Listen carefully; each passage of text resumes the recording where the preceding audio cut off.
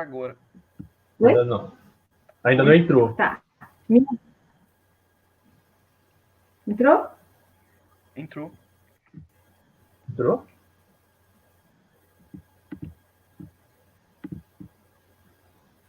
Você dá um toque aí, Júlio.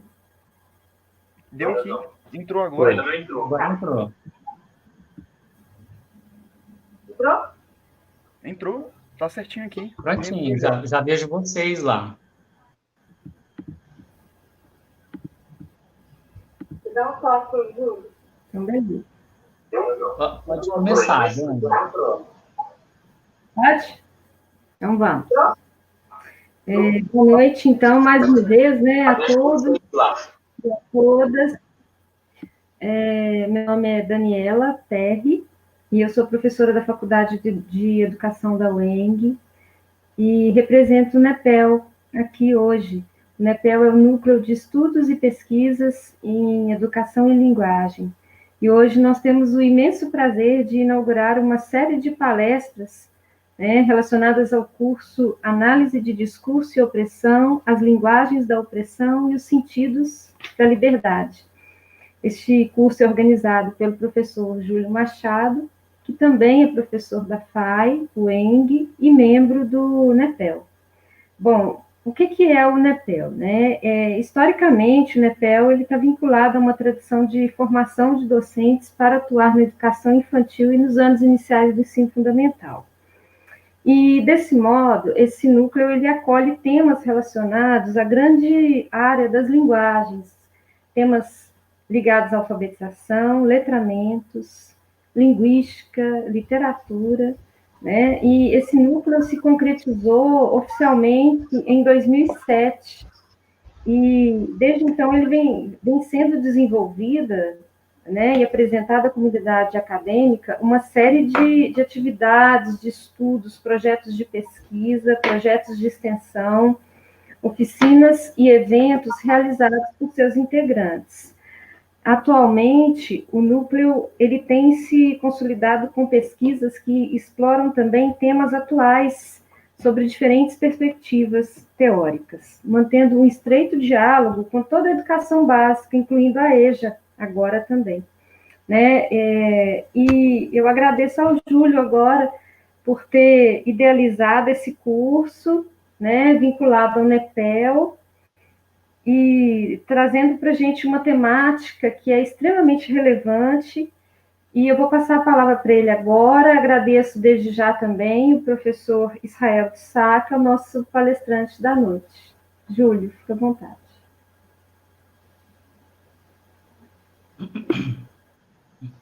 Ok, boa noite. É um prazer imenso, agradeço a professora Daniela, agradeço a todos os presentes. Tivemos a grata surpresa de ter inscritos em todos os estados do Brasil, de várias universidades, da Federal de Uberlândia, a UFMG, a UENG, a Libertas, e outras tantas que eu não vou lembrar aqui, porque eu vi rapidamente, né? Antes de passar aqui, eu quero ler rapidamente aqui uma súmula, um resumo do currículo do professor, do Dr. Israel de Sá, que é muito vasto, e eu não vou ficar perdendo tempo lendo o tamanho do currículo dele, né? Só vou dizer algumas palavras aqui. O professor Israel, então, ele é professor adjunto da Universidade Federal de Uberlândia, ele é licenciado e bacharel em letras pela Universidade Estadual Paulista, a Unesp, ele é mestre e é doutor em linguística pela Federal de São Carlos, foi bolsista FAPESP, ele estudou na Université Sorbonne Nouvelle Paris-Troyes, um ano antes de mim. Pena que nós não nos encontramos lá, né, Israel? Teria aproveitado e do seu saber imenso teria melhorado, mas estamos em tempo, estamos aqui. E o Israel, ele desenvolve pesquisas na área de teoria e análise linguística, com ênfase em análise do discurso, atua em temas como análise do discurso político, midiático, discursos de resistência, semiologia histórica, relação entre linguagem, história na produção de sentidos e memórias discursivas, tá? eu destaco que o professor Israel ele é diretor da revista Heterotópica, da qual eu recomendo a leitura a todos vocês. Ele deve falar disso daqui a pouco, mas é uma revista que se presta a olhar cientificamente para vários objetos e começar a iniciar uma introdução a estudos de linguagem. Então, sem delongas, eu vou passar a palavra para o professor Israel. Esse curso ele será certificado. Ao final da fala do professor Israel, nós teremos um link que vai chegar no chat de vocês. Quem quiser demandar o certificado, basta clicar nesse link e deixar seu nome e e-mail. A gente vai enviar para vocês, depois de três aulas, se eu não me engano, 3 ou 4, um certificado de algumas horas, que, se eu não me engano, são... não sei se é 18 ou 20 horas, eu vou ver aqui, prefiro confirmar depois, tá, gente? A opressão é um fenômeno interdisciplinar, transdisciplinar, complexo. Ela envolve áreas quais sejam jurídica, social, sociológica, linguística, filosófica, política, psicológica, né? Nós podemos dizer, de certa forma, sem ser pessimista, mas já com ênfase em otimismo, que nós vivemos um mundo de opressão. A opressão, nesse curso, será observada principalmente por um viés da linguagem. Cortou? Tudo bem? A opressão será analisada nesse curso principalmente por um viés da linguagem. Isso significa que nós vamos deflagrar a opressão através de discursos, através do que se diz. Lembrando que a opressão é um objeto camaleônico, abstrato. Às vezes ela se mostra agressiva, mas principalmente ela se mostra silenciosa, sedutora, doce. E, enquanto tal, a opressão acontece no mundo.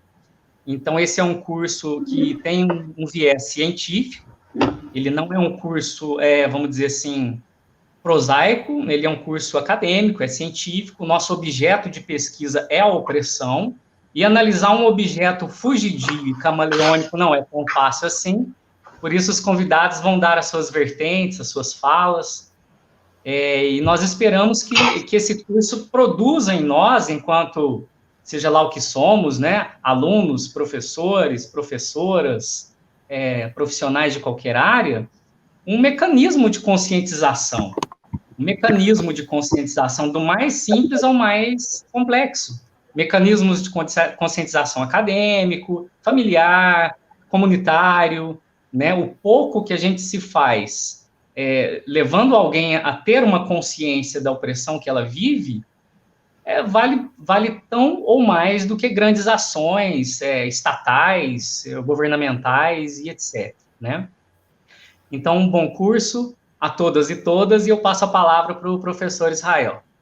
Somos todos seus, Israel, vamos lá. Boa noite, pessoal. É um prazer estar aqui nesse curso, inaugurar, né, abrir o curso. Aproveito para agradecer o convite do núcleo, né, do grupo, sobretudo ao Júlio, que foi meu colega, meu amigo, desde o tempo de pós-graduação, fizemos o mestrado e doutorado juntos, e agora estamos cada um no lugar de Minas, eu em Uberlândia, ele em Belo Horizonte, mas trabalhando juntos para a gente pensar a produção de discursos na contemporaneidade. Vou tentar aqui, só rapidamente, projetar, não sei se vai dar certo, uns slides para a gente ver alguns exemplos, e daí a gente já começa. Leonardo, você acha que dá para pôr aqui os slides?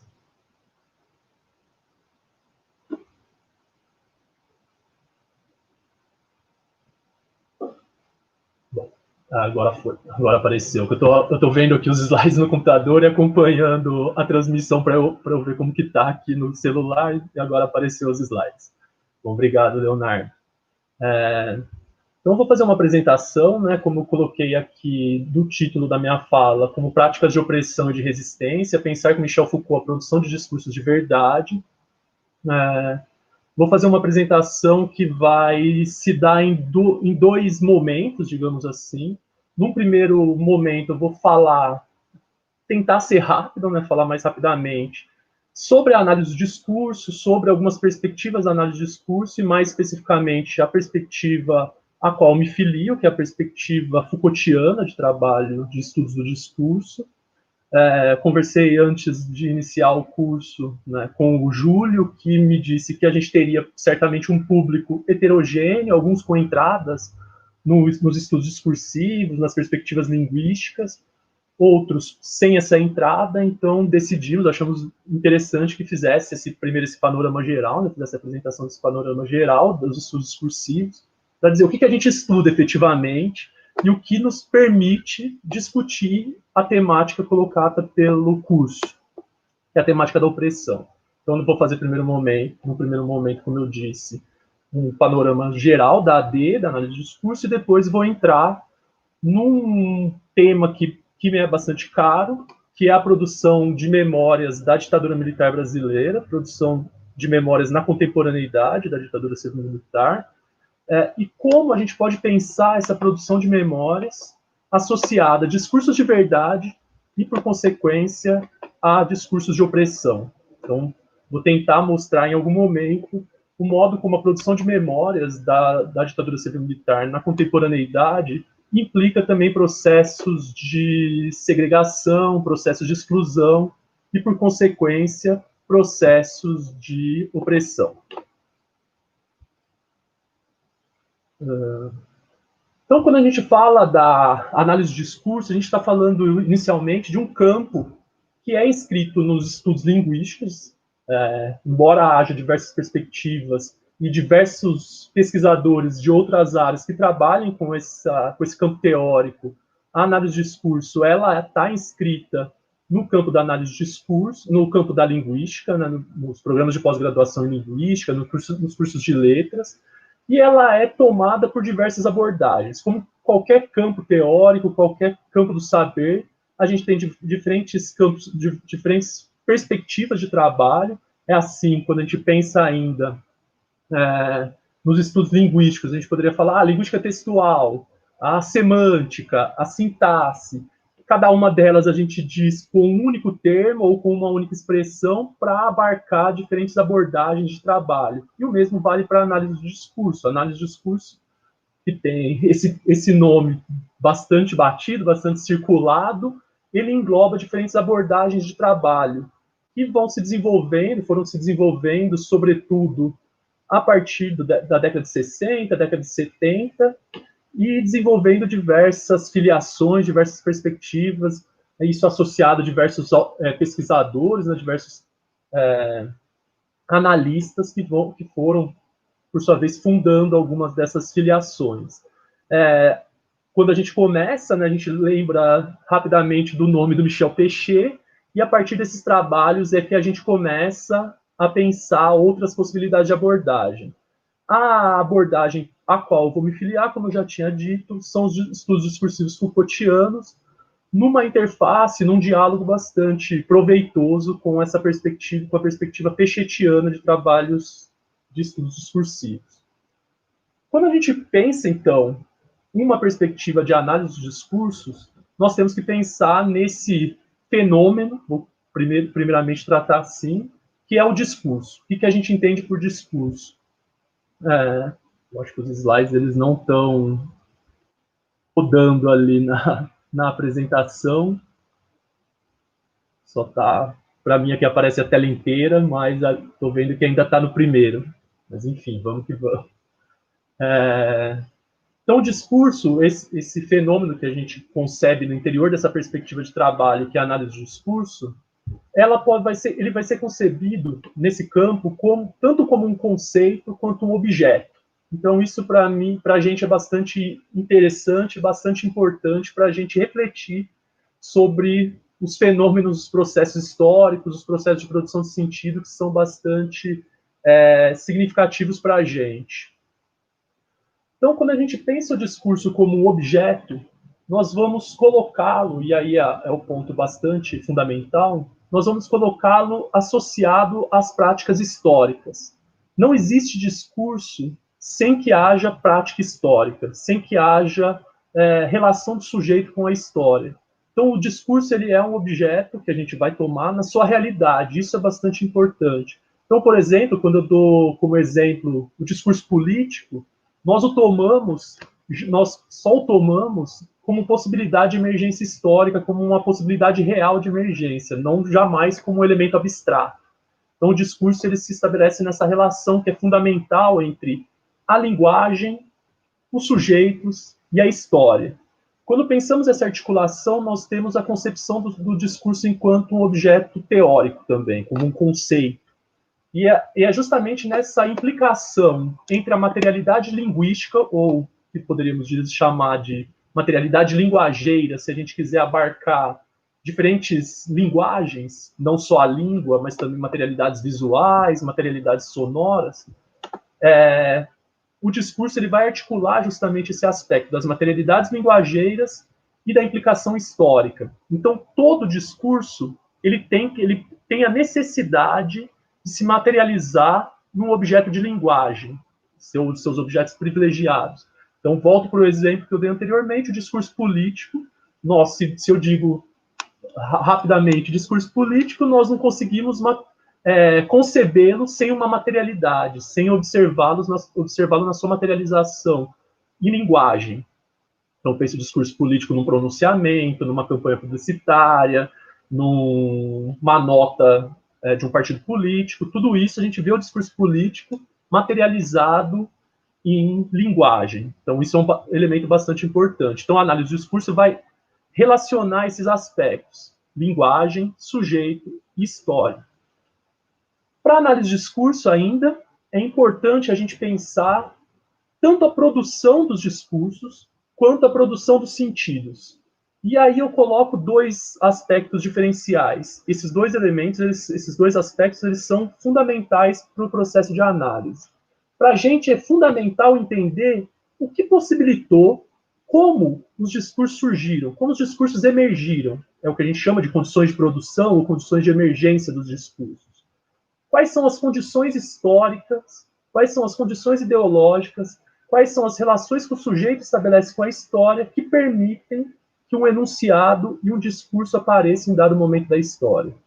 E mais, para análise de discurso, a gente vai se preocupar muito com os sentidos. Mas, para a gente, é fundamental pensar o sentido como um efeito. O sentido ele não está inscrito unicamente, exclusivamente na língua ou na linguagem. Nós não tomamos o sentido dado a priori. Nós pensamos a produção do sentido nessa relação com a história e com o sujeito. Portanto, o sentido ele é um efeito do processo discursivo, ele é efeito das práticas de enunciação. Então, para a gente vai observar, e isso vai ser bastante fundamental para o que eu vou propor como uma análise, uma reflexão, vai ser bastante interessante a gente notar que uma palavra, uma expressão, uma frase, ela não tem um sentido fixo, ela produz os sentidos a partir da relação que ela estabelece com a história, com o sujeito. Então, portanto, o sentido ele é um efeito desse processo enunciativo, desse processo discursivo. Dito isso, feito esse preâmbulo inicial do que a análise de discurso se compromete a trabalhar, se propõe a trabalhar, passo um pouco para tratar da especificidade do trabalho da análise de discurso, pensando com Michel Foucault. Todos sabem, imagino que todos sabem que o Michel Foucault ele é um filósofo, não tem um trabalho especificamente em análise de discurso, não tem um trabalho em linguística, mas como filósofo, ele propõe, ao longo de toda a sua carreira acadêmica, sua carreira como filósofo, a trabalhar numa perspectiva que a gente poderia denominar tanto como um historiador dos discursos, como um diagnosticador do presente. Então, talvez sejam esses dois aspectos, entre muitos que aparecem na obra do Michel Foucault, uma obra bastante densa, uma obra bastante extensa, esses dois elementos como sendo os elementos que nos são mais visíveis. Michel Foucault, o historiador dos discursos, o historiador das práticas discursivas e um diagnosticador do presente. Michel Foucault, ao longo de toda a sua obra, propõe uma reflexão sobre o presente, tentar compreender o presente, tentar entender quem somos nós na atualidade, fazendo um processo que eu poderia chamar de uma regressão. Voltar para a história, voltar muitas vezes para a antiguidade, para o início da modernidade, para entender como a gente tem a formação dos discursos e a constituição do que a gente vai denominar, e eu vou tratar disso um pouco mais adiante, de vontade de verdade ou da ordem do discurso. O que permitiu para a gente, ao longo da história, fazer com que a gente, o que permitiu para a gente, o que permitiu ao longo da história fazer com que a gente enuncie determinados enunciados, com que determinadas discursividades emerjam na atualidade. Então, essa é uma preocupação bastante importante, bastante clara na obra do Foucault. Isso, para a gente chamaria de uma, embora Foucault não seja adepto desses regramentos, dessas disciplinarizações, a gente chamaria aí de uma perspectiva arqueogenealógica de trabalho.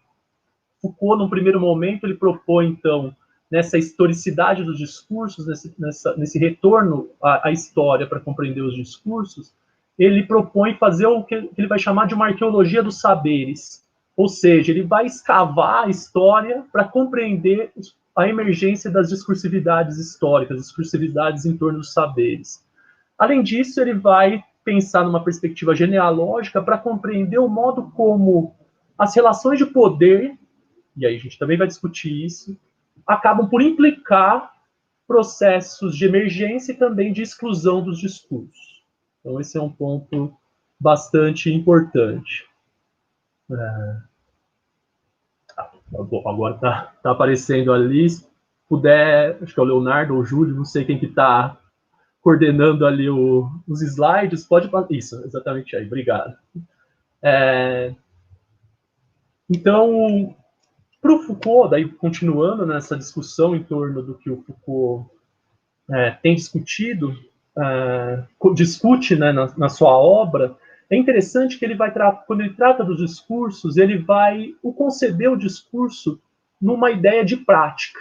Isso é bastante importante para o que a gente vai discutir ainda hoje e o que a gente, certamente, vocês discutem em diversos momentos da vida. Acho que isso é bastante interessante. Pensar a prática discursiva e o discurso como prática nos ajuda a entender que o discurso ele tem uma positividade. O que seria isso, né? Se a gente pensar essa ideia de positividade numa perspectiva filosófica, é entender que o discurso, antes de mais nada, o discurso produz. O discurso produz práticas, o discurso produz dizibilidades, o discurso produz relações. Então, quando a gente pensa, e eu vou retomar um exemplo de uma palestra que eu vi ontem, e que eu também vou mencionar mais ao final como propaganda, de uma professora aqui da Universidade Federal de Uberlândia, do curso de Medicina, que tratou, ontem nessa palestra, tratou dos discursos, que a gente poderia dizer, os discursos associados à escola sem partido, ideia de ideologia de gênero, nas práticas legislativas. Ela mostrava, na sua fala, só como um recorte, que de 2016, se eu não me engano, para cá, 2015 para cá, inúmeros projetos de lei foram propostos para tratar dessa ideia do que a gente chamaria, do que denominam como ideologia de gênero, ou escola sem partido, ou tentativa de cercear a prática docente. Quando eu digo inúmeros, eu digo, sei lá, cerca de 50 projetos de lei. E o que ela mostrava na sua fala era que ou grande parte desses projetos não tinham nenhuma intenção de tramitar. O que eles faziam era constituir um certo regime de dizibilidade. Então, por meio desses projetos, criava-se a possibilidade de que enunciados que não são verdadeiros do ponto de vista empírico se tornassem verdadeiros. Por exemplo, a partir dos projetos que tratavam da suposta ideologia de gênero, começava a se articular com a ideia de que o Estado distribuía o famoso kit gay, o Estado distribuía a famosa mamadeira de piroca. Ninguém jamais viu esses objetos, mas eles têm uma existência, eles têm uma condição de verdade na sociedade, a partir dessas propostas que passam pelas instituições, pelo âmbito legislativo, pelo âmbito das religiões, das igrejas, e acabam por se constituir como discurso de verdade.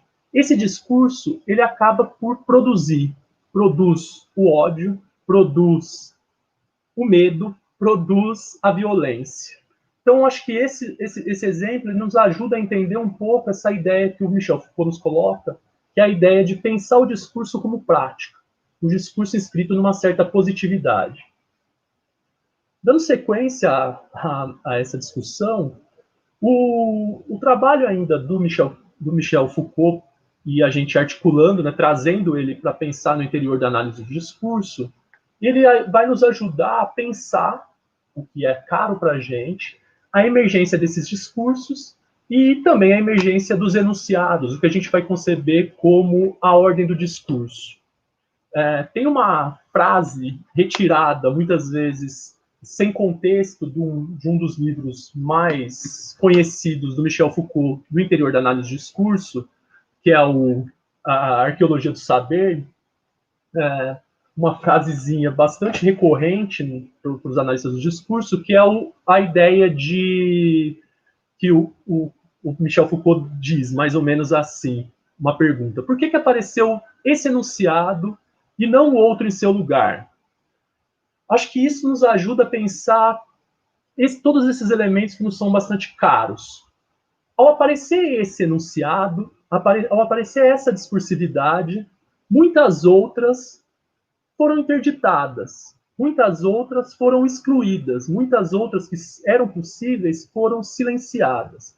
Para a gente pensar essa ideia da ordem do discurso, Michel Foucault, num outro livrinho que também é bastante famoso, bastante apropriado pela análise do discurso, que é a ordem do discurso, o Michel Foucault vai propor a discussão de alguns mecanismos de exclusão, de mecanismos internos, de segregação dos discursos, o que ele vai chamar de mecanismos de rarefação dos discursos.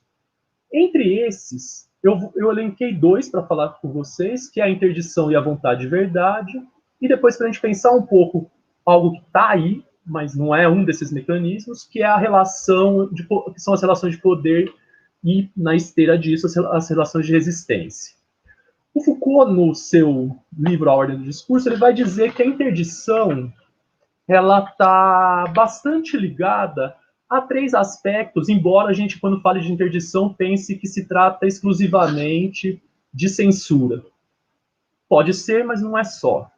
Ele vai dizer que a interdição está associada ao tabu do objeto, ao ritual de circunstância e ao direito privilegiado ou exclusivo do sujeito que fala.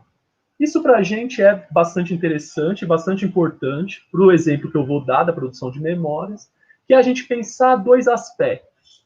Um deles é o tabu do objeto, ou seja, o objeto como tabu. Então, quando a gente tem um objeto como tabu, não se fala dele. Então, daí eu posso dar um exemplo bobo, mas que acho que para a gente é tranquilo, é falar, por exemplo, de sexo em qualquer meio. Nós não falamos de sexo em qualquer lugar, com qualquer um e para qualquer um. Então, por exemplo, esse é um objeto que é tabu em determinadas circunstâncias. Mas um outro elemento que é bastante também importante para a gente é o direito privilegiado ou exclusivo do sujeito que fala. Nem tudo pode ser dito por qualquer um. Então, isso vai também nos ser importante para a gente pensar a produção de memórias da ditadura civil-militar no Brasil. Quem é autorizado a dizer sobre esse objeto, que já foi tabu, e como se diz sobre esse objeto, o que se diz sobre esse objeto. Um outro elemento, e daí que incide no elemento interdição e num outro segundo, que é a segregação da razão e da loucura, é a vontade de verdade. Esse elemento, esse mecanismo, esse procedimento de exclusão, ele também é um procedimento positivo, na medida em que, por meio de mecanismos institucionais, cria-se condições de dizibilidade.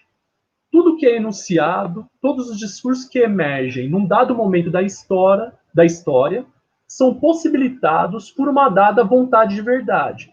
Mais uma vez, essa vontade de verdade está articulada as relações institucionais.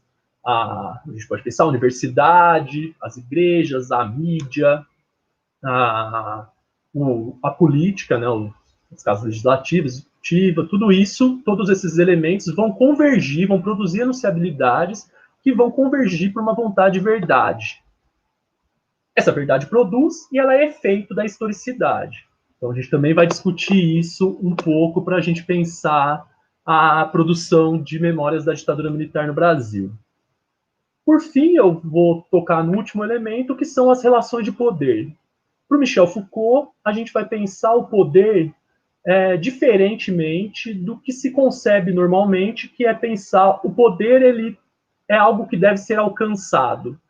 Quando a gente pensa dessa maneira, a gente coloca o poder ou no Estado, ou naquilo que a gente convencionalmente chamaria de classes, grupos dominantes. Então, nessa perspectiva que o Michel Foucault vai criticar, a gente vai pensar que o poder ele é tido por alguém tem o poder, e outros, por consequência, são excluídos do poder. Para o Michel Foucault, em contrapartida, o poder ele se estabelece em relações que são relações micros. Ele vai pensar o poder a partir de uma perspectiva que é microfísica. Então, até a gente tem um livro que é organizado por um pesquisador brasileiro, mas com artigos do Foucault, que chama Microfísica do Poder. Então, o Michel Foucault vai pensar numa perspectiva microfísica. O que é isso? De partida, a gente tem uma ideia que se diferencia daquela primeira, que era alguém tem o poder, para pensar que os sujeitos exercem o poder num dado momento da história. Mas as pessoas não exercem o poder, obviamente, da mesma maneira. Então, certamente, o Estado ou grupos dominantes, grupos privilegiados da sociedade, exercem o poder de um modo mais também privilegiado. Grupos menos privilegiados exercem o poder de modo menos privilegiado, mas implicam o confronto. Ainda assim, a gente não pode pensar apenas nessa instância muito maior, que seria a relação do Estado ou das classes dominantes com classes privilegiadas, classes dominadas. Nós podemos pensar que o poder ele circula em diferentes instâncias. Nós temos relações de poder, por exemplo, na nossa casa, no âmbito familiar, na escola, nas relações de trabalho, nas diversas relações que estabelecemos na vida. E uma pessoa, por exemplo, que exerce o poder de modo menos privilegiado nessa relação macro, ela pode exercer o poder de modo privilegiado numa relação micro. Então, um pai de família pode exercer o poder de um modo privilegiado numa relação micro, e pode ser até um poder coercitivo, mas ele pode exercer o poder de um modo bastante desprivilegiado numa relação macro. Então é isso que o Foucault vai pensar. Além disso, o Foucault vai pensar o poder também numa relação de positividade. Ou seja, tal como o discurso produz práticas, estabelece nas relações com as práticas, o poder ele produz resistências. O poder produz contrapoderes. Isso é muito importante, muitíssimo importante, para a gente pensar que não há poder sem resistência. Essa relação poder e resistência ela é intrínseca, de tal modo que a resistência, que a gente poderia pensar, ora, a resistência é o fora do poder, é o outro em relação ao poder, para o Foucault, não. A resistência se estabelece no interior das práticas de poder. A resistência se estabelece no interior das relações de poder. Então, ela é um elemento que está articulado às relações de poder. Isso estabelece uma relação de movência. E eu vou dar um exemplo, é um exemplo que eu sempre dou, se tiver algum aluno meu que já fez disciplina de análise de discurso comigo, certamente vai dizer, o Israel sempre dá esse mesmo exemplo, e eu vou dar esse exemplo. Para a gente pensar, por exemplo, no marketing e pensar mais especificamente em propagandas de cerveja na contemporaneidade. Se voltamos no tempo, nem precisamos muito, voltamos 10 anos no tempo, 15 anos no tempo, e fizermos um levantamento das propagandas de cerveja na televisão e revistas, a gente nota uma regularidade nessas propagandas que colocam como objeto a mulher numa posição objetificada, produzindo um discurso que a gente chamaria de um discurso machista, um discurso misógino, constituindo, portanto, um produto vendido para homens heterossexuais. Se caminhamos no tempo, chegamos até a atualidade, nós vemos ainda que esse tipo de propaganda ele existe, mas talvez nem não seja a regra.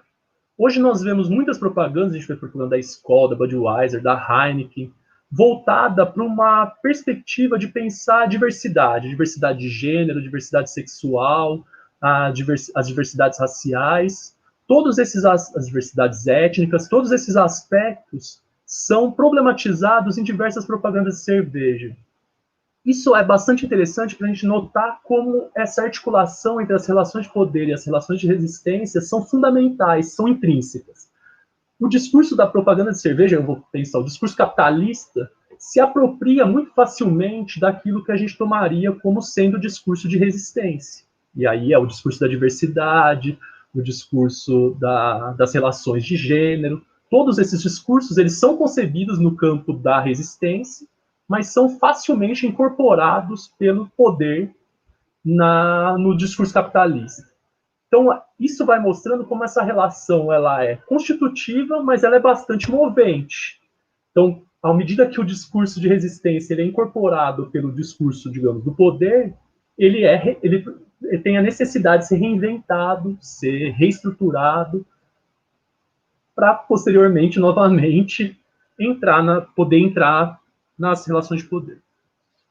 Então, feito esse preâmbulo, aí agora eu fecho, né, esse preâmbulo mais geral, que era das discussões mais teóricas, do que a análise de discurso e como a gente pode articular a análise de discurso com os trabalhos do Michel Foucault. Eu passo efetivamente para aquilo que eu propus analisar, espero não demorar muito. Você pode me cortar, viu, Júlio, se eu estiver demorando. Bom, passo então para as análises. Como eu tinha dito, eu gostaria de trabalhar então com a produção de memórias, é o meu objeto de trabalho já há muito, muito tempo. A produção de memórias da ditadura militar, da ditadura civil-militar, na contemporaneidade.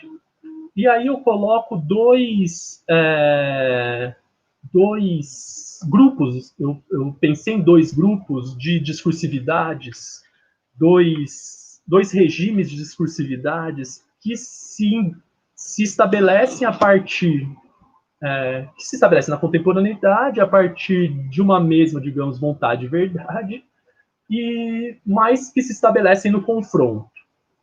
E eu coloquei, se puder passar, Júlio, por favor, eu coloquei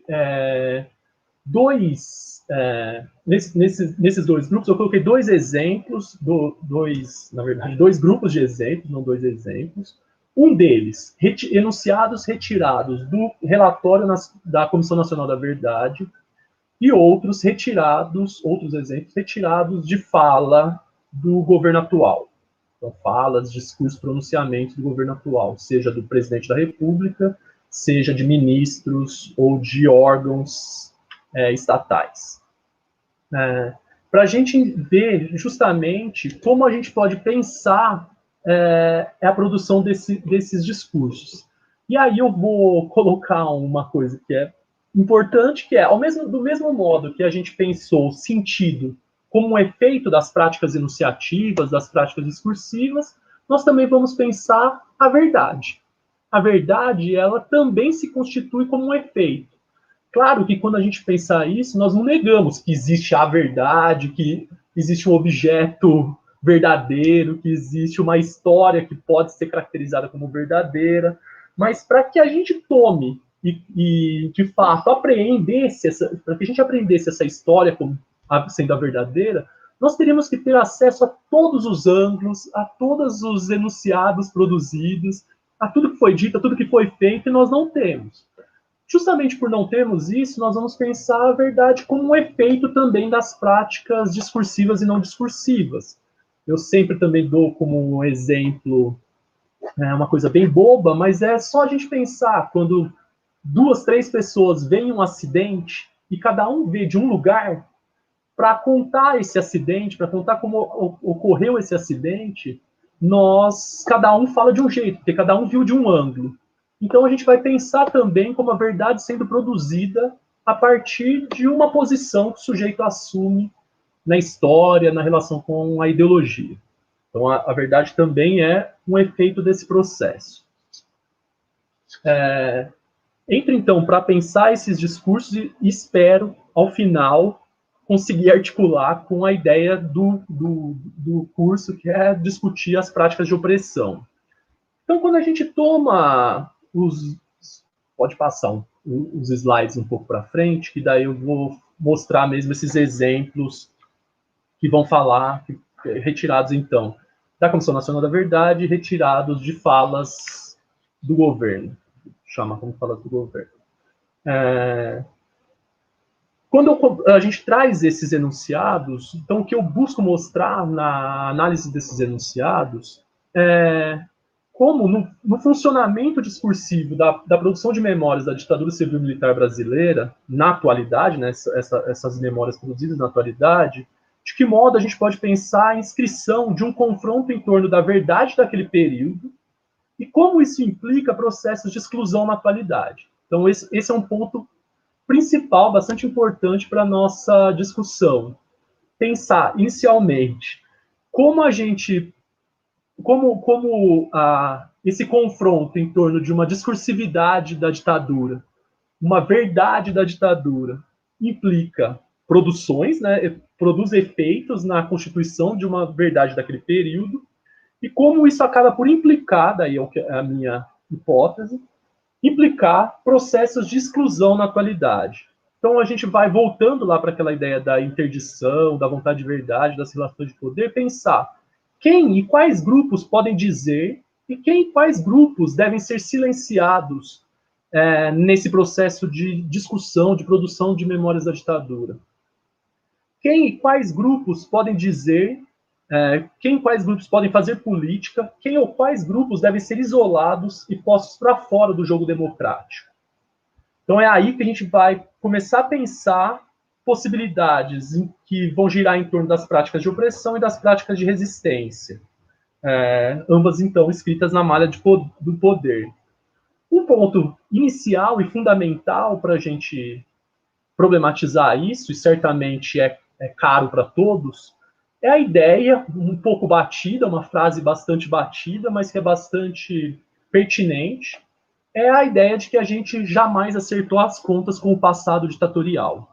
Isso é fundamental para a gente saber e pensar de que modo emergem diversas memórias e diversas memórias antagônicas do período ditatorial no Brasil.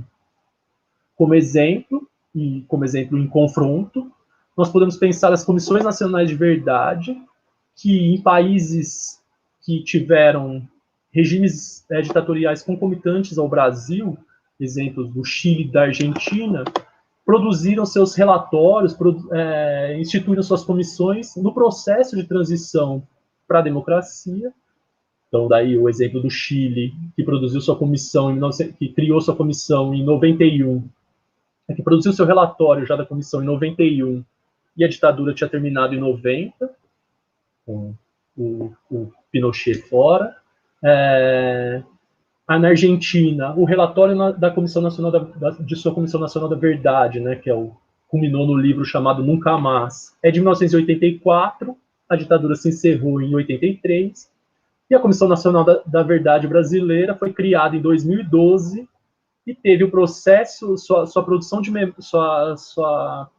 seu relatório, né, a publicação do seu relatório, em 2014, 3 décadas depois do processo de transição, do início do processo de transição, ou da transição de 84, 85. Então, isso implica um aspecto fundamental para a gente pensar como se constituem as políticas e a produção das memórias. Vi que alguém perguntou ali da anistia, e eu vou falar disso já. Então, isso é um ponto bastante importante. Então, a gente tem uma política de memória bastante tardia, né, no Brasil, e, sobretudo, pensar as práticas institucionais de produção dessas memórias das resistências. Então, acho que talvez aí já nos ajude a pensar um pouco porque enunciados que louvam a ditadura, louvam a repressão, voltem.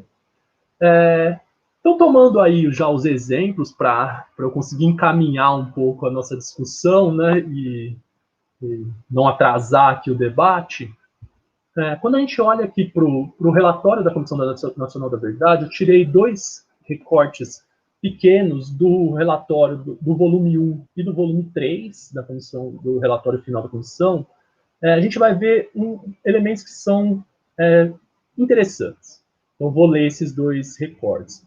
A Comissão Nacional da Verdade empenhou-se, assim, em examinar e esclarecer o quadro de graves violações de direitos humanos praticados entre 46 e 88, a fim de efetivar o direito à memória e à verdade histórica e promover a reconciliação nacional.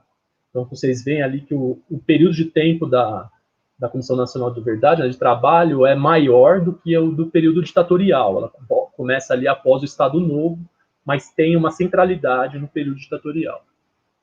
O volume 3 do relatório da Comissão Nacional da Verdade traz os perfis dos 434 mortos e desaparecidos políticos no Brasil e no exterior, de 18 de setembro de 1946 a 5 de outubro de 1988. Buscou-se o esclarecimento circunstanciado das graves violações de direitos humanos praticadas nesses casos. Um ponto bastante interessante, daí a gente tem que, o nosso papel, né, como analista do discurso escrito em programas em perspectivas linguísticas, é observar regularidades no aspecto da enunciação, e a gente vai ver que ao longo de todo o relatório, e aqui é bastante claro, a gente tem um objeto, a gente poderia dizer como objeto central que norteia o debate em torno da verdade histórica, que está no primeiro recorte, e que ele é reelaborado quando a gente pensa a ideia aqui do esclarecimento circunstanciado das graves violações de direitos humanos praticados nesses casos. Todo o relatório ele vai ser centrado em torno da ideia de que houve violações de direitos humanos praticadas pelo Estado, uma política repressiva praticada pelo Estado. Então, aqui a gente tem uma dada produção de memórias, uma dada reconstrução da história, articulada à ideia de que houve graves violações de direitos humanos praticadas por agentes do Estado. Okay? Então, esse é o meu primeiro recorte. Aí eu entro no segundo recorte, um pouco mais extenso, porque para pensar a ideia mesmo da opressão, e vou, como eu disse, trabalhar com três momentos de um contradiscurso, de um outro lugar de memória, de um outro posicionamento acerca do período, que é esse posicionamento colocado pelo então governo brasileiro. E aí eu peguei 3 momentos: 2018, época da eleição, 2019 e 2020. 2018 eu peguei um recorte da participação do Bolsonaro no Roda Viva, no programa do Roda Viva, pré-eleição. 2019 e 2020 eu peguei enunciados produzidos nos dias 31 de março de 2019 e 2020, que são os dias que remetem ao golpe de 64. Então, só para situar, né? Então, em 2018, eu vou passar bem rapidamente, e depois a gente volta para pensar a articulação e o contraponto entre um e outro. Em 2018, o Bolsonaro, no Roda Viva, disse: não houve golpe militar em 64.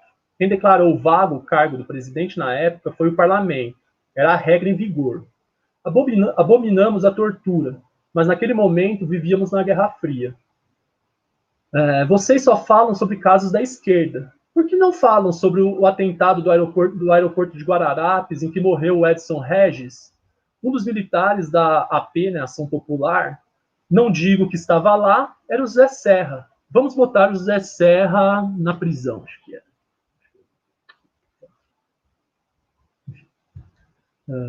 2019, 31 de março. E aqui eu tirei de um recorte pelo Globo, que repercute um vídeo produzido e feito circular pela Secretaria de Comunicação do Governo, que trata, então, do 31 de março de 1964. No vídeo, o senhor diz que tem a idade, que quem tem a idade dele se lembra de um momento de escuridão para o país. Descreve essa época como um tempo de, aí já aspas, né, que é a fala dele, como um tempo de medos e ameaças, em que os comunistas prendiam e matavam seus compatriotas. O exército, daí agora trechos do documentário, do vídeo, né, circulou pela Secretaria de Comunicação. O exército nos salvou. O exército nos salvou. Não adianta, não há como negar. E tudo isso aconteceu num dia comum de hoje, no 31 de março. Não dá para mudar a história. O exército apenas cumpriu o seu papel. E por fim, 2020, 31 de março, aqui eu retiro dois momentos distintos. Uma fala do Jair Bolsonaro, quando ele saía do Palácio do Planalto, naquele espaço que tem os apoiadores e a imprensa, e ele diz: hoje é o dia da liberdade. E depois os 3 trechos na sequência, que são retirados, né, 3 recortes de uma nota produzida pelo Ministério da Defesa. O movimento de 1964 é um marco para a democracia brasileira. O Brasil reagiu com determinação às ameaças que se formavam naquela época. A Lei de Anistia de 1979 permitiu um pacto de pacificação, um acordo político e social que determinou os rumos que ainda são seguidos, enriquecidos com os aprendizados daqueles tempos difíceis. O movimento 64 é um marco para a democracia brasileira, muito mais pelo que evitou.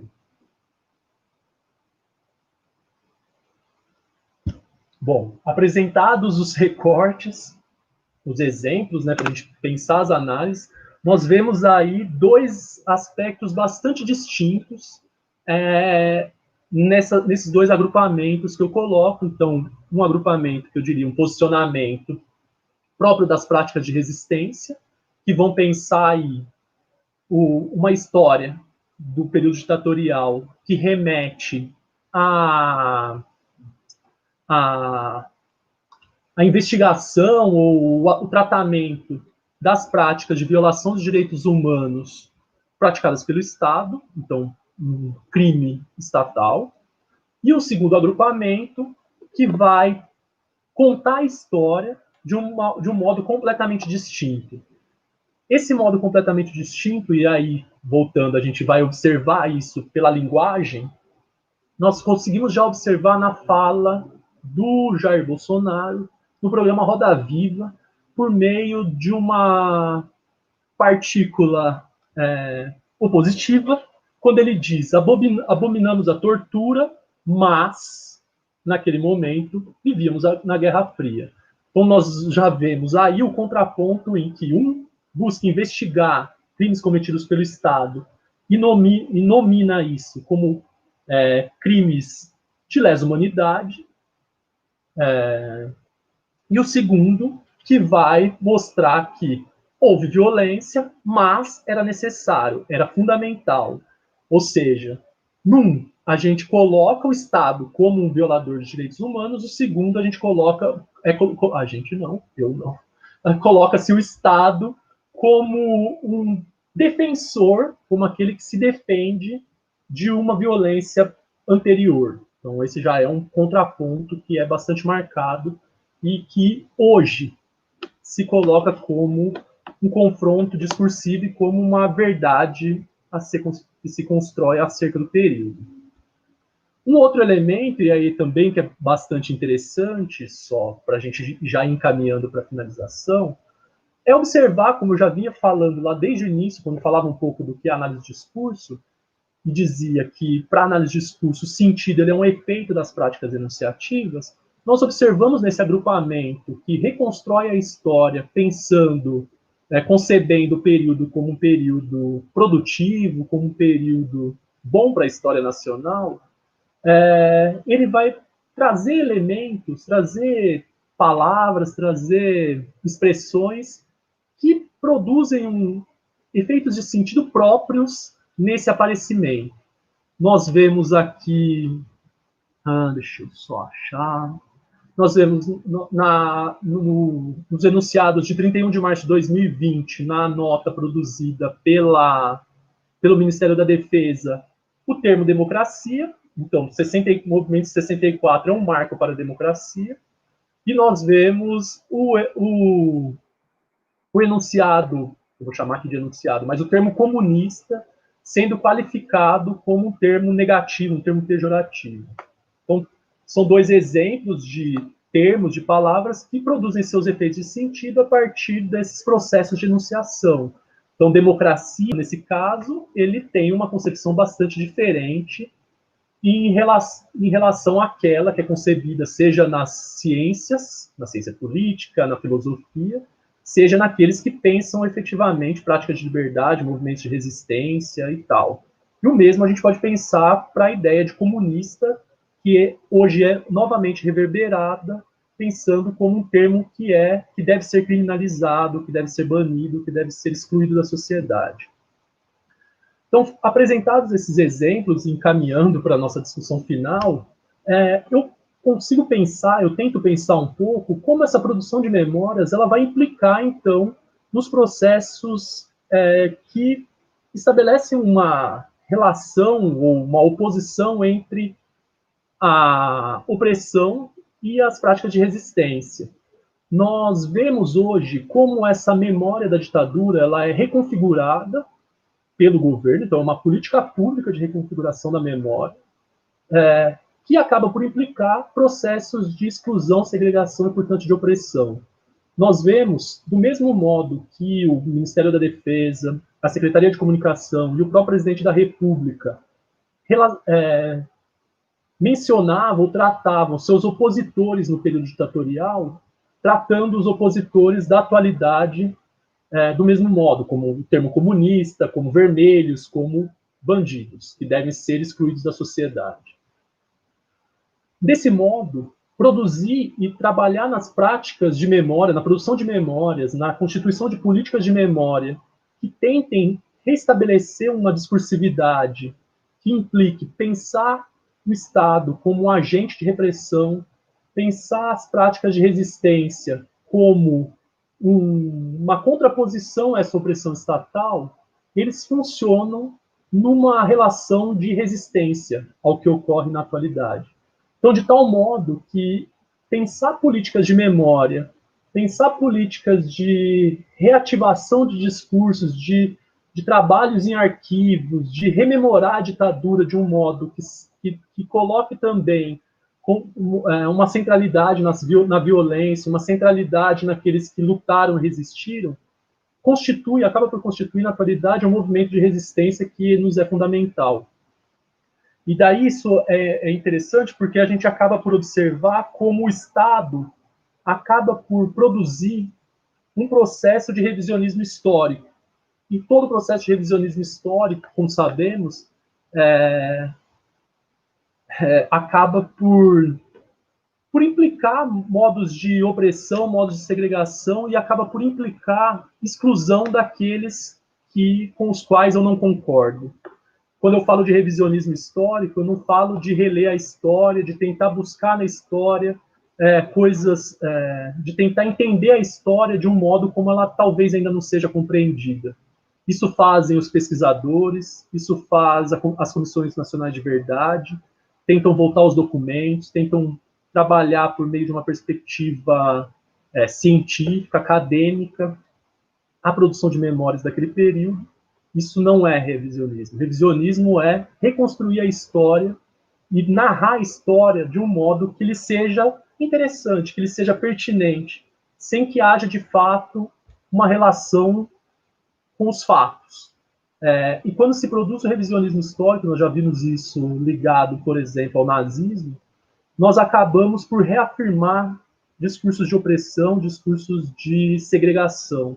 E isso tem voltado com muita força no Brasil, muito, muito fortemente no Brasil, a partir de uma política que é estatal, uma política pública.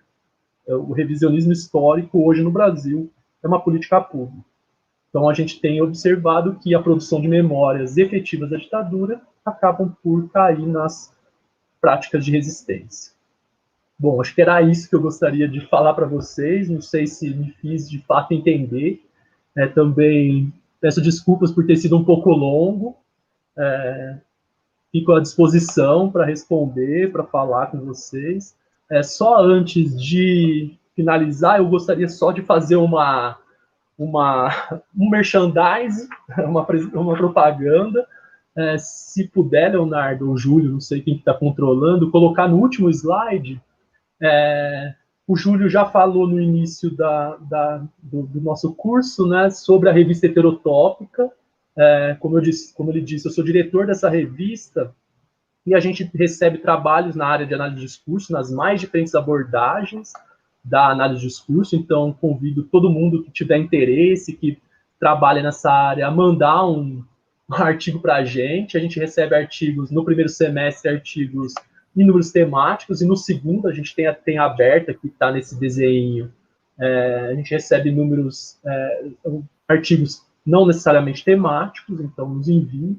E aproveito, como o Júlio falou, no nosso primeiro número, se vocês entrarem na nossa revista, fácil de achar no Google, o nosso primeiro número, que é do primeiro semestre de 2019, foi um número chamado Epistemologias das Análises do Discurso. Então, esse número tem vários artigos que propõem trabalhar ou discutir as diferentes abordagens de análise de discurso no Brasil, na França, na Europa, de modo geral. Então, convido vocês para verem esse número, lerem os artigos. E também, aproveitando, como o Júlio também disse no início, que havia gente do Brasil inteiro, se há uma coisa boa desses trabalhos remotos que temos tido, é a possibilidade de conversar com gente que a gente não conversaria de modo algum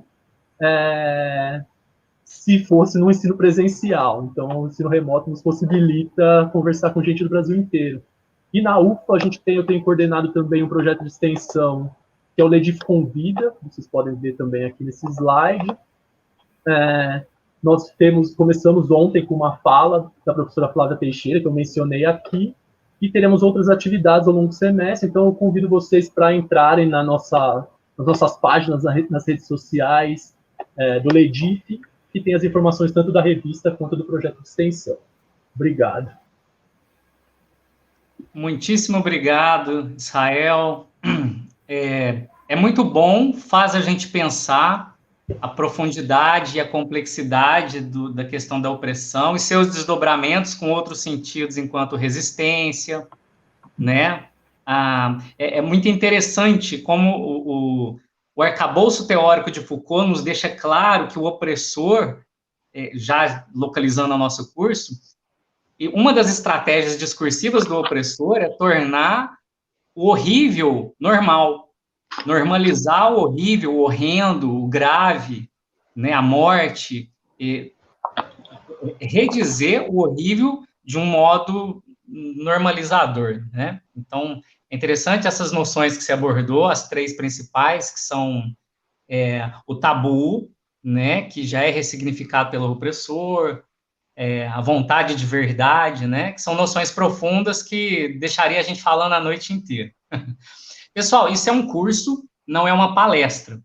Então, é muito importante em um curso, eu quero deixar vocês à vontade para perguntar coisas no chat, mesmo que você não domine a teoria, mesmo que você seja de outra área, né, tem pessoas de outras áreas, mesmo que você não saiba perguntar algo na profundidade de uma filosofia, pergunte na sua área mesmo. O curso ele é regrado por certa informalidade de dizer, né? Volto a falar, não é uma conferência formal, nobre, é um curso. O lugar da dúvida, o lugar do questionamento, né? E o lugar do aprendizado para todos nós, né? Num curso, as noções de doutoramento e mestrando, elas ficam mais fluídas, está todo mundo aqui para aprender. Ô Israel, eu gostaria que você falasse alguma coisa rapidamente, já que é um curso. Nós temos 3 perguntas aqui mais simbólicas. Diga rapidamente, para a gente não se estender muito, eu quero lê-las aqui para você, tá bom? A primeira delas é da Dalva de Zaró, ela pergunta o seguinte: em tempos de pandemia, tivemos que nos reinventar enquanto sujeitos e adaptar nossas múltiplas funções. Existe alguma relação de poder nos enunciados diários sobre essa doença, sobre a pandemia? Vai lá. Tá. Bom, desculpa, Dalva, né? Olá, Dalva, tudo bem? Acho bastante interessante, muito, muito pertinente essa sua pergunta. A gente tem que pensar que as relações de poder, elas estão implicadas em todas as relações sociais, todas as relações históricos-sociais, de tal modo que também elas aparecem na ideia, né, no que a gente tem observado cotidianamente acerca da pandemia do coronavírus no Brasil. Vamos pensar mais especificamente no Brasil, né? Nós conseguimos observar isso, por exemplo, a gente pode observar isso em diferentes instâncias, mas acho que para a gente isso se torna mais visível em dois, eu poderia chamar de dois campos discursivos, o campo discursivo midiático e o campo discursivo político. Eu acho que nesses dois campos, a gente tem observado o confronto discursivo, a implicação dessas relações de poder mais efetivas. Não que isso não se dê, talvez, de modo bastante forte em outras instâncias, mas acho que essas duas instâncias, elas têm uma visibilidade maior. Isso a gente observa, daí vamos pensar aqui no discurso particular, midiático político, quando a gente pensa o confronto discursivo acerca do que é a pandemia, dos efeitos que a pandemia traz, do modo como a gente deve reagir em relação à pandemia. Então, a gente tem observado, por exemplo, um confronto discursivo que implica essas relações bastante fortes em torno da ciência, né? A gente vê no governo, nas diferentes instâncias políticas, um confronto entre aqueles que dizem a gente tem que ouvir a ciência e aqueles que dizem não, acho que a gente tem que fazer de outra forma, pensar outras possibilidades, o que a ciência está dizendo não é verdade, ou a gente tem que relativizar a ciência. Então, acho que esses dois confrontos, eles são bastante pertinentes, bastante claros para a gente. E daí, acho que isso nos ajuda a gente pensar um pouco como isso volta para aquela ideia do discurso como prática, das práticas discursivas. Desse confronto, e daí eu estou colocando numa dualidade, talvez não seja uma dualidade, seja uma multiplicidade, mas nessa dualidade a gente vê como isso implica o modo como os sujeitos, os cidadãos, reagem à pandemia ou se previnem da pandemia. Então a gente vê aqueles que aderem a uma certa discursividade, que são atravessados por uma certa discursividade, vão agir e vão se relacionar com a pandemia de um dado modo. Então, aqueles que, não, o que o governo está fazendo é uma bobagem, que a gente tem que ouvir a ciência, os médicos, então eu vou ficar em casa, vou tentar ficar em casa, vou pregar para que as outras pessoas fiquem em casa. Outros dizem, não, a política que o Estado tem feito em relação à pandemia, ela é a melhor que tem. Essa política reverberada em diversos enunciados na mídia, em diversos lugares. Então, eu acho que não tem que ficar em casa, não. Tem que sair, tem que trabalhar, a gente tem que recuperar a economia, a gente tem que ir para os bares, tem que ir para restaurantes, a gente tem que recuperar do estresse. Então, a gente tem confrontos discursivos que implicam práticas sociais distintas. Então, acho que isso faz parte dessas relações de poder. Hoje, digamos que defender o isolamento social se inscreve numa prática de resistência frente às políticas públicas, por exemplo. Ok, Israel. Mais uma pergunta aqui. Olhando aqui. A Nayara Dornas pergunta se a prática discursiva seria o discurso sendo materializado, produzindo efeitos de sentido. É uma pergunta mais teórica, né? Fica à vontade. Digamos que a gente pode pensar desse modo, né? O discurso materializado, daí aquela ideia que a gente já discutiu lá no início, que a gente só consegue conceber o discurso materializado, sobretudo em linguagens, e o modo como ele produz determinados efeitos. E daí a gente pode pensar efeitos sociais, efeitos na sociedade, né? No modo como os sujeitos agem, no modo como os sujeitos dizem. Então, essa prática, esse efeito, ele também é efeito nas práticas enunciativas. Então, a gente tem um regime de discursividade que faz com que as pessoas enunciem de tal modo. Tomando só o exemplo da pandemia, aderindo a uma dada discursividade, eu vou enunciar de um outro modo, de um dado modo. Então, aderindo às práticas, ao discurso governamental, eu vou falar, eu vou defender isso, vou reverberar esse discurso e também vou agir de um dado modo. Ok. Uma outra perguntinha aqui, ó. Essa é bem atual, né? A Lívia Machado pergunta assim: Professor Israel, como eu posso pensar as fake news segundo Foucault? Acho que a gente vai pensar justamente essa ideia porque vamos pensar aqui, vou pegar os exemplos que eu trabalhei aqui. Quando a gente pensa essa produção de memórias e daí a ideia do revisionismo histórico, a gente está pensando no fundo, a gente está pensando fake news. Porque pensar o revisionismo histórico é produzir uma fake news, é retomar a história a partir de uma ideia, assim, se a gente pensar com a realidade, que ela é afastada da realidade. Então a gente produz uma história que é afastada da realidade histórica. Mas isso produz um efeito de verdade na sociedade. Por isso que quando eu falei lá no início, né, a gente pensar os efeitos, a verdade como um efeito, pensar efeito de verdade, a gente vai estar pensando isso a partir dessas práticas discursivas. Ora, há discursos de verdade que se produzem sem de fato serem verdades, mas eles produzem como sendo verdades para um determinado agrupamento social. Falei isso lá da mamadeira de piroca, do kit gay. Esse é um exemplo. É fake news, ninguém nunca viu uma mamadeira de piroca, mas isso é reverberado, isso é enunciado de tal modo como sendo um discurso de verdade. Então, a partir de práticas históricas, sociais, relações institucionais. Então, a gente tem pessoas do Estado, do governo, falando, existe. Então, isso se torna um discurso de verdade. Ok. Eu pergunto, então, para Daniela, professora Daniela, você quer fazer alguma pergunta para o Israel? Porque...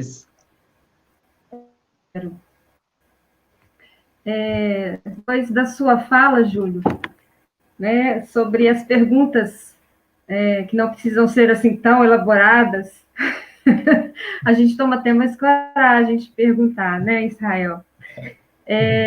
Bom, ouvindo sua exposição, que, assim, quero agradecer, foi ótima a sua fala. Eu fiquei pensando, assim, o discurso, né, não sei se eu não utilizar aqui as nomenclaturas corretas, mas acho que você vai entender aqui a minha pergunta. O discurso da esquerda parece que ele não atinge muito, vamos dizer assim, o povo, né, entre aspas, porque ele chega a ser muito intelectualizado, né, em confronto com um discurso de quem sabe falar com o povo, não é verdade?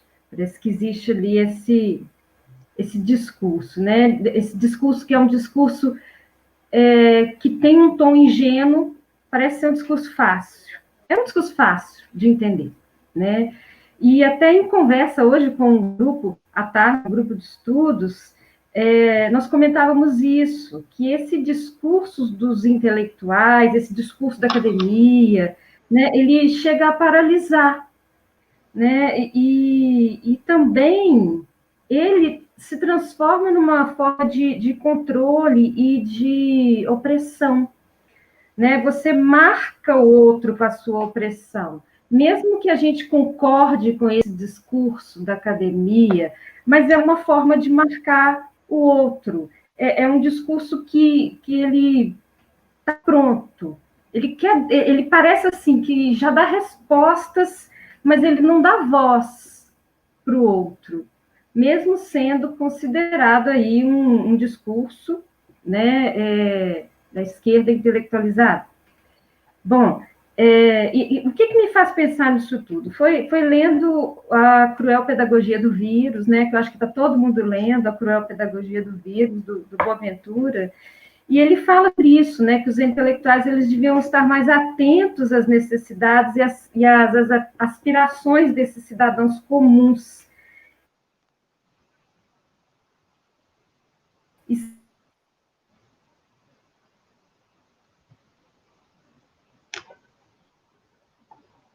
Essas aspirações para teorizar, porque, na verdade, eles explicam o mundo, mas não com o mundo.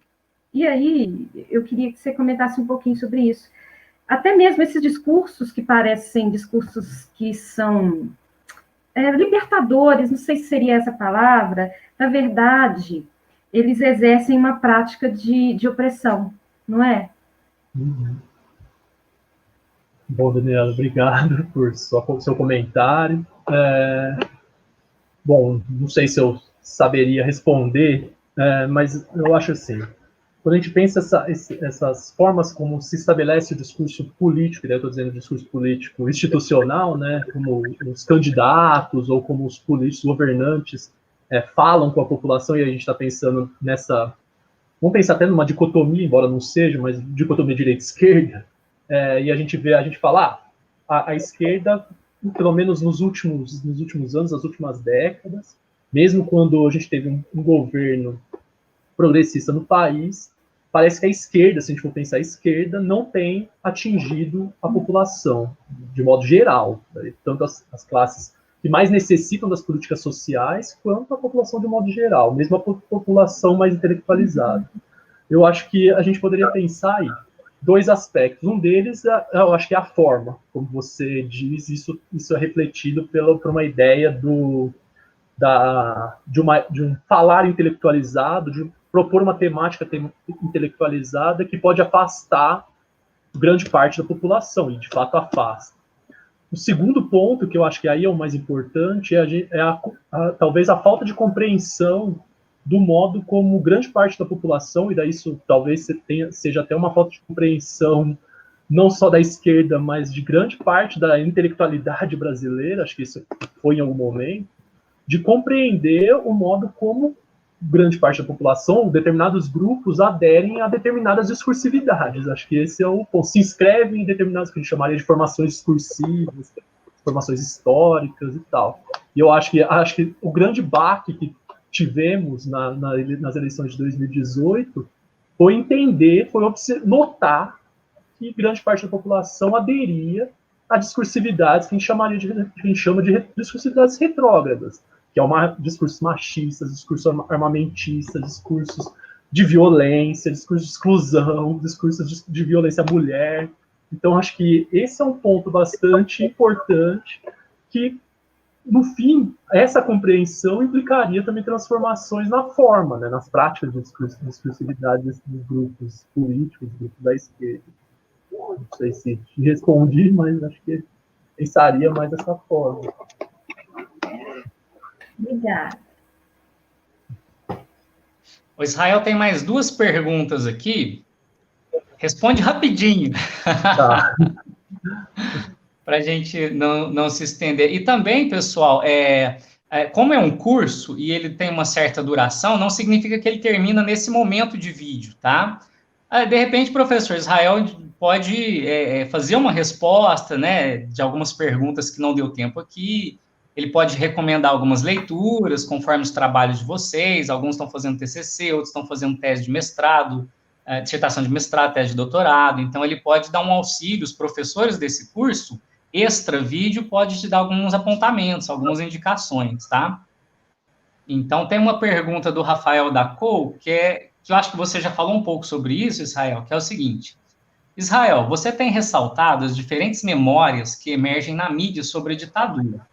A tentativa da direita de recodificar essas memórias, você vê atuando nesse sentido um autoritarismo estrutural? Olá, Rafael, tudo bom? A gente já se conhece já há um bom tempo. Obrigado pela pergunta. Eu acho que sim. Acho que do mesmo modo que a gente a gente observa na sociedade, a gente tem notado cada vez mais um racismo estrutural, uma misoginia estrutural, um machismo estrutural. Nós temos notado, e isso acho que ficou cada vez mais evidente, na resposta até que eu dava para a Daniela, no que emergiu a partir, ou nas eleições de 2018, não que isso seja dali, mas isso se tornou mais evidente para a gente, ganhou uma visibilidade maior, no modo como esse discurso autoritário, essas práticas autoritárias, elas têm se expandido para diversas esferas. Digamos, por isso que acho que a ideia mesmo do estrutural, como você você mencionou, fica, acho que para a gente bastante interessante, porque a gente consegue depois, a partir daí, consegue observar essas práticas autoritárias sendo diluídas em diferentes esferas da sociedade, não só na política, não só nas relações institucionais, mas nas diferentes esferas sociais. Eu acho que isso é bastante claro, bastante interessante. Ok, tem uma pergunta. Essa é a última, eu prometo que é a última. Sem problema. A Nayara pergunta: então, o discurso de verdade depende da relação de poder? Sim, o discurso de verdade ele emerge das relações de poder. A gente vai pensar que todos os discursos, acho que essa ideia, né, a gente vai pensar todos os discursos se formam a partir dessas relações de poder. As relações de poder elas são importantes para a gente pensar o que o Foucault trata muito, não falei aqui, mas que trata muito de pensar a temporalidade histórica, pensar a construção da história a partir de relações de descontinuidade. E se a gente tem tantas transformações nos discursos, tantas transformações nas práticas discursivas, isso se deve efetivamente porque há relações de poder. As relações de poder. Se a gente tivesse só uma ideia de alguém tem um poder, e esse poder é permanente num determinado grupo, nós não teríamos jamais transformações históricas, a não ser que houvesse uma grande revolução. E a gente nota que as revoluções raramente acontecem, mas nem por isso a gente deixa de ter transformações sociais, a gente não deixa de ter transformações históricas. Essas transformações históricas são propiciadas também pelas transformações nas discursividades, pelas transformações nos regimes de verdade. Então, se a gente tem confrontos de poder, relações de poder, a gente tem a emergência de dadas discursividades que nós denominaríamos como discursos de verdade de uma dada época. Aí, Júlio, só para retomar uma pergunta que teve, não me lembro o nome, deixa eu olhar, do Marcelo, lá no início que eu vi ali, eu falei, eu vou falar, mas não falei, que era da anistia, só para fechar mesmo. O Marcelo falou, né, quando eu dizia que a gente teve só uma política institucional ligada a pensar o período militar só 30 anos depois, né, 3 décadas após a Comissão Nacional da Verdade. Na verdade, a gente teve algumas comissões criadas pelo Fernando Henrique, depois pelo Lula, mas a gente tem uma política efetiva de memória a partir do governo Dilma. E daí o Marcelo falou, mas e a lei de anistia? A gente tem que problematizar a lei de anistia, assim como a gente problematiza o processo de transição, porque são 2 processos instituídos pelo próprio regime militar, instituídos e feitos pelo regime militar. Então, justamente por isso, a gente tem que problematizar a produção dessa memória. E talvez, justamente por a gente ter a lei de anistia e o período do processo de transição promovidos pelo regime, promovidos pelos militares, promovidos pelos civis que eram articulados aos militares, a gente tem uma tradição histórica, uma tradição memorial da ditadura que é fortemente vinculada à ideia de que a ditadura fez um bem para o Brasil. A ditadura combateu o mal. Isso é sustentado também pela lei de anistia, também pelo processo de transição. Justamente por isso que eu não remeto à lei de anistia para a gente pensar na mesma relação com a Comissão Nacional da Verdade, por exemplo.